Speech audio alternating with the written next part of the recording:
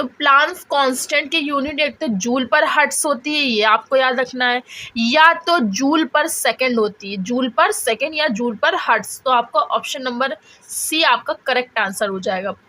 Question number 18 कह रहा है for azimuthal quantum number L is equal to 2 है तो द ऑर्बिटल इज, तो L इज इक्वल टू 2 है तो कौन सा ऑर्बिटल होगा। अभी मैंने बताया कि L अगर L की हम लोग कैसे निकलते हैं, L की वैल्यू है अगर 0 1 2 3, अगर 0 तो S ऑर्बिटल है, 1 है तो P ऑर्बिटल है, 2 है तो D ऑर्बिटल है, 3 है तो F ऑर्बिटल है। तो हमसे क्या कह रहा है, 2 कह रहा है तो वो कौन सा ऑर्बिटल में जाएगा, D ऑर्बिटल में जाएगा। L इज इक्वल टू 2 है ना, तो ऑप्शन नंबर सी आपका करेक्ट आंसर हो जाएगा। क्वेश्चन नंबर आपसे 19 बोला which quantum number gives the number of angular nodes, कौन सी क्वांटम नंबर एंगुलर नोड्स को भी बताती है।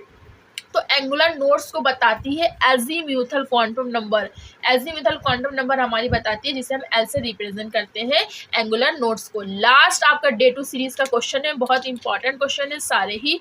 कह रहा है any 2 electron is an atom can not have the same 4 quantum number, the term for the principal is, यानी कहने मतलब किसी भी एटम के लिए चारों क्वांटम नंबर बराबर नहीं हो सकती है, उसमें से कुछ ना कुछ डिफरेंस होगा।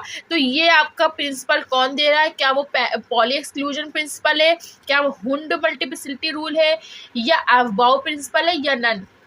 तो आपका क्वेश्चन नंबर 20 का आंसर होगा पॉली एक्सक्लूजन प्रिंसिपल। पॉली ने कहा कि चारों क्वांटम नंबर किसी भी एटम के लिए सेम नहीं हो सकते हैं, या तो कोई ना कोई एक क्वांटम नंबर डिफरेंस होगा। ठीक है। हुंड्स रूल क्या बताता है कि पहले सारे इलेक्ट्रॉन हमें क्लॉकवाइज भरने, अगर फिर ऑर्बिटल्स फिल हो जाते हैं तो हम उसको इलेक्ट्रॉन को एंटी क्लॉकवाइज फिल करेंगे। हुंड ने ये बताया। अफबाउ क्या बताता है, अफबाउ ये बताता है कि हमको इलेक्ट्रॉनिक कॉन्फ़िगरेशन कैसे बनाना है किसी भी एटॉमिक नंबर का। ठीक है, और कुछ नहीं। तो आपका option number A is the right answer. तो इसी सीरीज के साथ डे 2 के सीरीज के साथ हमारा unit number first atomic structure के क्वेश्चन हमने कंप्लीट कर लिए।